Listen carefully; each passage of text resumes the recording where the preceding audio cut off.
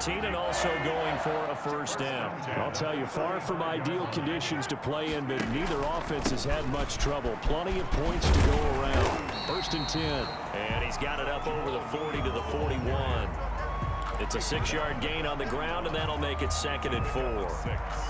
I'm guessing you'd say this is kind of the key here. Grind out some yardage, work on that clock, see if you can continue to tick it down. Definitely, you want to bleed things out at this point, right? Continue to possess the football, gain some yardage, and put the onus on the defense.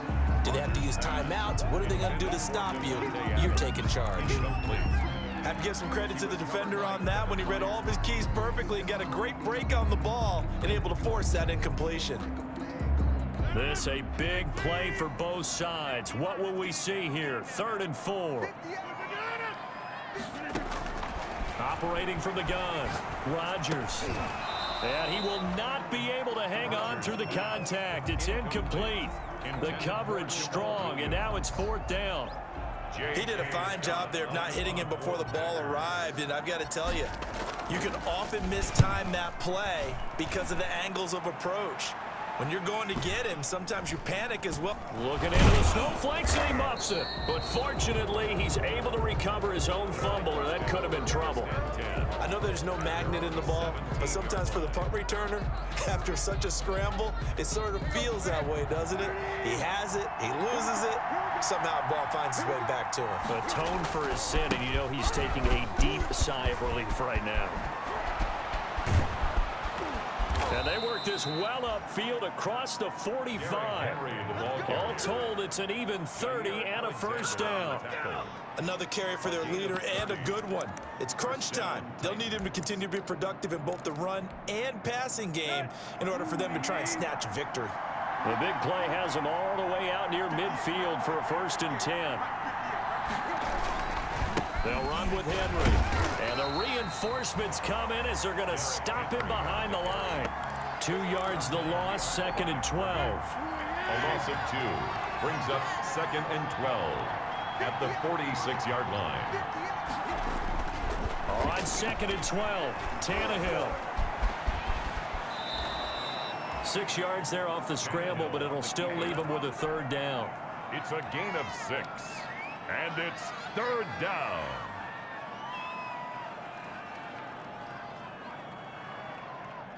One of the bigger plays in the game thus far, and the crowd getting into it as we come up on a big 3rd down. Here's Tannehill. He gets it to Brown, complete. And he'll be brought down with the first down after a gain of about 11 as that takes us to the 2-minute warning. So the Titans in possession of the football here as we get you reset. They come up on a 1st and 10, desperately needing a score here on what could be their final drive. Levante David, the Bucs' leading tackler a season ago, in on the stop. Following the pickup of 4, here's 2nd and 6. Again, it's Henry. And brought down, but not before they're inside the 25. 11 yards there, 1st down. This defense needs a big play in the worst way because so far, they're not putting up much of a fight. If they don't get a stop here soon, this game could be over for them. And a busy night for Henry continues. Yeah, give him 4 yards there. It'll be 2nd and 6. Taken down. I like it. I like the call. Still an opportunity to run the football and chew up a little more time off the clock. On 2nd down, it's Henry. And they'll bring him down at the 13-yard line. 6 yards the pickup, and that's a first down. Smith on the tackle.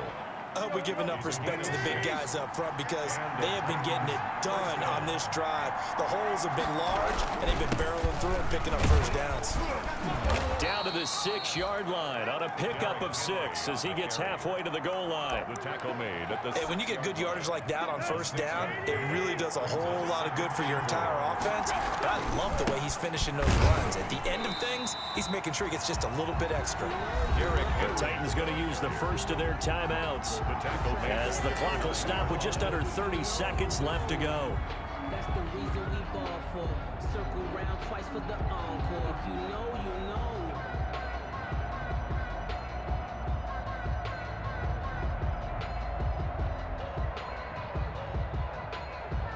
The Packers bringing in an extra member of the secondary here to try for the third down stop.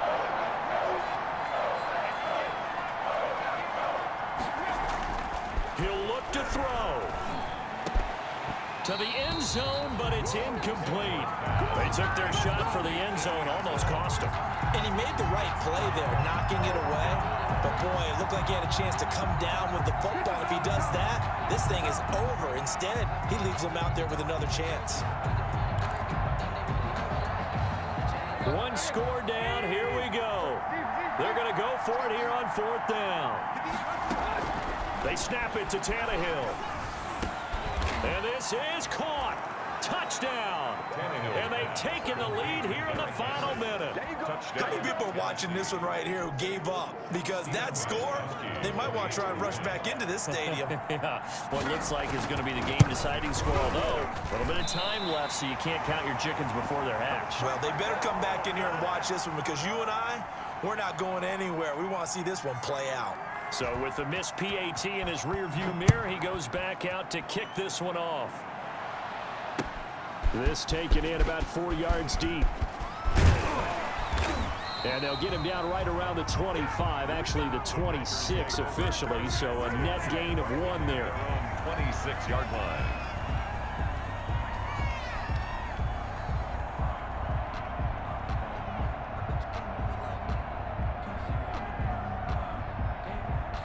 The Packer offense ready to get their next drive underway. So you're right there, but obviously the clock is not your friend. How do you handle this situation? You're thinking 2 plays. One, to get yourself in position for the second one, whether you're able to get into field goal range or you have to try another deep pass, another Hail Mary. But you're trying to get the first one to a receiver, get out of bounds, and give yourself a chance to set things up for an easier shot at it. Let's see if they can do it. Might be easier said than done. The left side throw complete to Adams. And able to rip off a big chunk of yardage before being dropped inside the 40. So the field goal unit is on the field as this is a big spot right here. And a timeout comes in. The whistles blow with 3 seconds remaining. So here we go. Maybe the biggest kick of the game forthcoming. With 3 seconds to go, if it's good, we're off to overtime.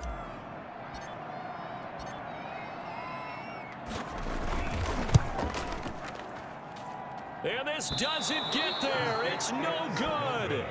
They had to go for it, but their final effort here is going to come up short. A great come-from-behind victory in this one, Charles, and really the difference, obviously, was that fourth quarter. They dominated. And it has to start with believing that you can make that comeback. Because we've been in games before. We've done games where you can just look at one team and realize they have no chance of making it back. Not in the one we just saw here. They did it, and they did it well. So for Tennessee, it's a critical win for them as it gets them to 9-6 on the year. And they'll get another road test next week as they head to Houston to take on the Texans. Meanwhile, for Green Bay, it's a tough blow to their playoff aspirations as they drop to 9-6. And they'll try and turn things around next week as they have a date at Soldier Field with the Chicago Bears. So for our entire crew, alongside Charles Davis, I'm Brandon Gautin. Thanks for watching, everybody. We'll see you next time.